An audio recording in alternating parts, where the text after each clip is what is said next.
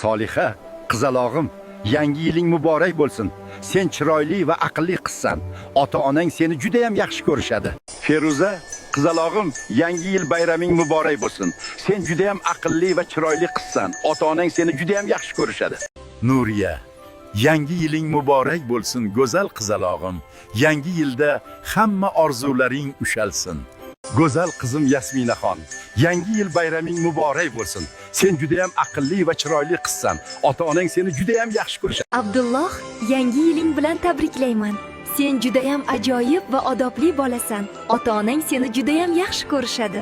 Ezoza qizim, sen bu yil yaxshi bolalar ro'yxatida bo'lganing uchun men seni tabriklash uchun yo'lga chiqdim. Feruza qizim, yangi yil muborak bo'lsin. Sen juda chiroyli va aqlli qizsan.